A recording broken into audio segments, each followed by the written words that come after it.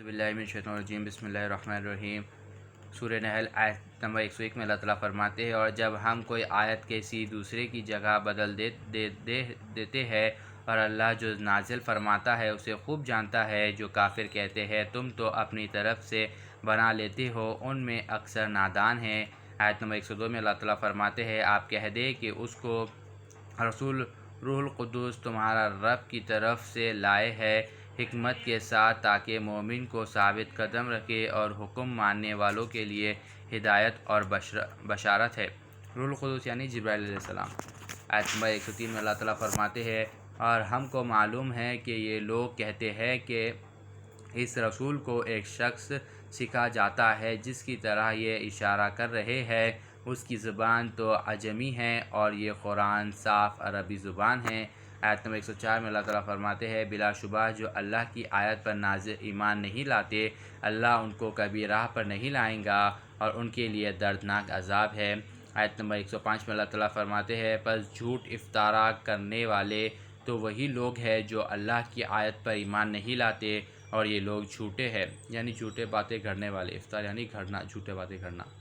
آیت نمبر 106 میں اللہ تعالیٰ فرماتے ہیں، جو ایمان لانے کے بعد بھی اللہ سے کفر کرے مگر جس پر زبردستی کی جائے، بشرط یہ کہ اس کا دل ایمان پر مطمئن ہو، لیکن جو دل کھول کر کفر کرے تو ایسے لوگوں پر اللہ کا عذاب غضب اور ان کے لیے بہت بڑا عذاب ہوگا۔ یعنی اللہ تعالیٰ بول رہے کہ جو ایمان لا لیے اس کے بعد پھر اللہ تعالیٰ کے ساتھ شرک کرے تو اللہ تعالیٰ کا اس کو عذاب ہوگا، اگر نہیں، اگر اس کو زبردستی سے لائے، اگر اس کا دل اب تک مطمئن نہیں ہوا ایمان سے تو کوئی بات نہیں، اگر اس کا دل مطمئن ہو گیا ایمان سے اور ایمان لا لیا جانتے ہوئے تو پھر اس کے راستے بہت بڑا عذاب ہے بلکہ بول رہے اگر اللہ تعالیٰ کے ساتھ کفر کرا تو۔ آیت نمبر 107 پہ اللہ تعالیٰ فرماتے ہیں، یہ محض اس لیے ہے کہ انہوں نے اس دنیا کی زندگی کو آخرت کی زندگی کے مقابلے میں زیادہ عزیز رکھا، اور یہ کہ اللہ ایسے کافروں کو ہدایت نہیں دیا کرتا۔ آیت نمبر 108 میں اللہ تعالیٰ فرماتے ہیں، یہی لوگ ہیں جن کے دلوں پر اللہ نے مہر لگا دی ہے، اور کانوں پر بھی اور آنکھوں پر بھی، اور وہی لوگ بڑے غافل ہے۔ آیت نمبر 109 میں اللہ تعالیٰ فرماتے ہیں، لازمی بات ہے کہ آخرت میں یہ لوگ گھاٹے میں ہوں گے۔ آیت نمبر 110 میں اللہ تعالیٰ فرماتے ہیں، پھر آپ کا رب ان کے لیے جنہوں نے آزمائے جانے کے بعد ہجرت کی،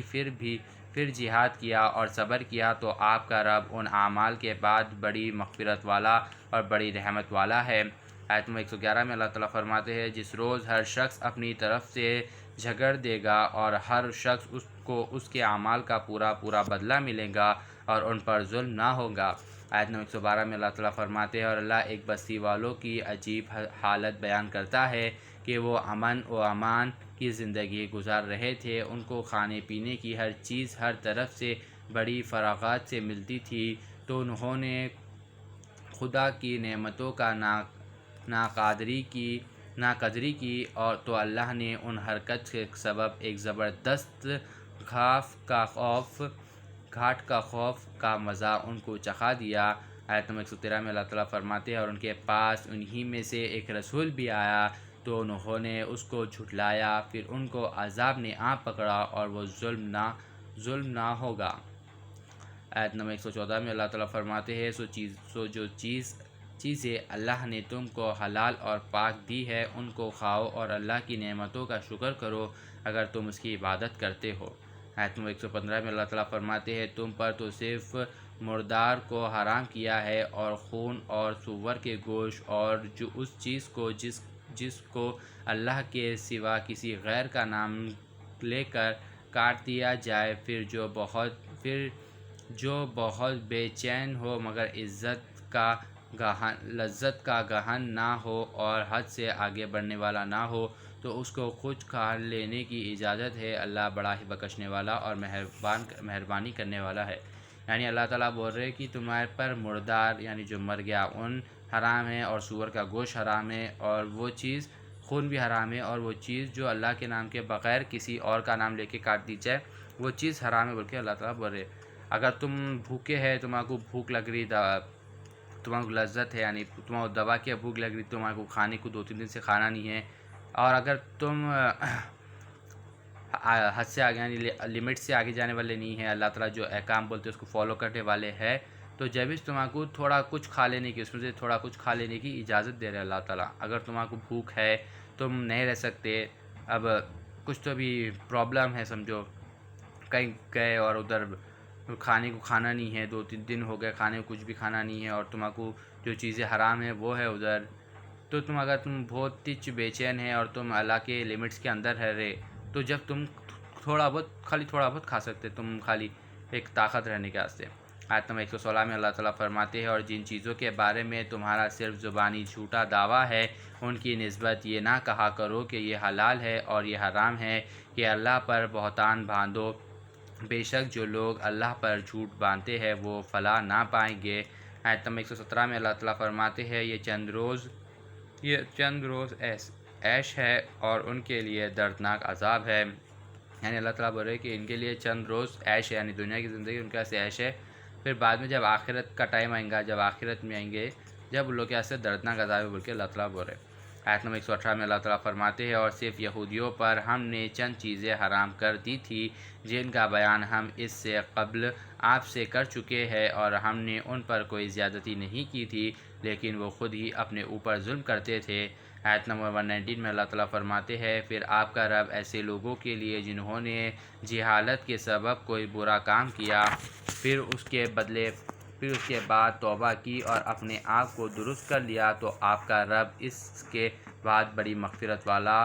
ہے، بڑی رحمت والا ہے. آیت نمبر 120 میں اللہ تعالیٰ فرماتے ہیں، بے شک ابراہیم بڑے مجتبی تھے، اللہ کے بڑے فرمانبردار، بالکل ایک طرف کے ہو رہے تھے، اور وہ شرک کرنے والوں میں سے نہ تھے. آیت نمبر 121 میں اللہ تعالیٰ فرماتے ہیں، وہ اللہ کی نعمتوں کے شکر گزار تھے، اللہ نے ان کو منتخب کر لیا تھا اور ان کو سیدھے راستے پر ڈال دیا تھا. آیت نمبر 122 میں اللہ تعالیٰ فرماتے ہیں، اور ہم نے ابراہیم کو دنیا میں خوبیاں دی اور آخرت میں بھی اچھے لوگوں میں ہوں گے. آیت نمبر 123 میں اللہ تعالیٰ فرماتے ہیں، پھر ہم نے آپ کے پاس وہی بھیجی کہ آپ ابراہیم کے طریقے پر ہی چلے، کہ وہ ایک ہی طرف کے ہو رہے تھے، وہ شرک کرنے والوں میں سے نہ تھے. آیت نمبر 124 میں اللہ تعالیٰ فرماتے ہیں، بس ہفتے کی تعظیم تو صرف ان لوگوں پر لازم تھی جنہوں نے اس میں اختلاف کیا تھا، بے شک آپ کا رب قیامت کے دن ان میں باہم فیصلہ کر دے گا جس بات میں یہ اختلاف کرتے تھے. آیت نمبر 125 میں اللہ تعالیٰ فرماتے ہیں، آپ اپنے رب کی راہ کی طرف علم کی باتوں سے اور اچھی نصیحتوں کے ذریعے سے بلائے، اور ان کے ساتھ اچھے طریقے سے بحث کیجیے. واقعی آپ کا رب خوب جانتا ہے اس کو جو راستے سے گم ہوا ہے، اور وہ اس کو بھی خوب جانتا ہے جو راہ پر چلنے والا ہے. آیت نمبر 126 میں اللہ تعالیٰ فرماتے ہیں، اور اگر تم بدلہ لینے لگو تو اتنا ہی بدلہ لو جتنا کہ تمہارے ساتھ برتاؤ کیا گیا ہے، اور تم صبر کرو تو وہ صبر کرنے والوں کے حق میں بہت ہی اچھا ہوگا.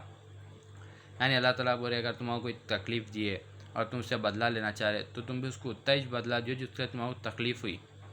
بلکہ اللہ تعالیٰ بول رہے نہیں تو پھر اس سے بدلہ نہ لو، اور اگر تم وہ نہیں کر کے اگر صبر کر لے تو تمہارے حق میں بہت اچھا ہوگا بلکہ بول رہے. جیسا کوئی میرے کو نوچے، اب میرے کو نوچنا ہے، اور اگر میں اس کو دبا کے نوچ جاتا تو پھر میں اس کے اوپر ظلم کرا ہوا ایسا ہو جاتا، تو اس سے اچھا صبر کر لینا بلکہ بول اللہ تعالیٰ. آیت نمبر 127 میں اللہ تعالیٰ فرماتے ہیں، اور آپ صبر کیجئے، آپ کے صبر کرنا اللہ ہی کی توفیق سے ہے، اور آپ ان پر غم نہ کریں جو پلاننگ وہ کرتے ہیں ان سے بھی تنگ نہ ہو جائے. آیت نمبر 128 میں اللہ تعالیٰ فرماتے ہیں، اور اللہ ان کے ساتھ ہوتا ہے جو اللہ سے ڈرتے ہیں اور جو نیک کام کرتے ہیں. صدق اللہ العظیم و صدق مولانا رسول الکریم.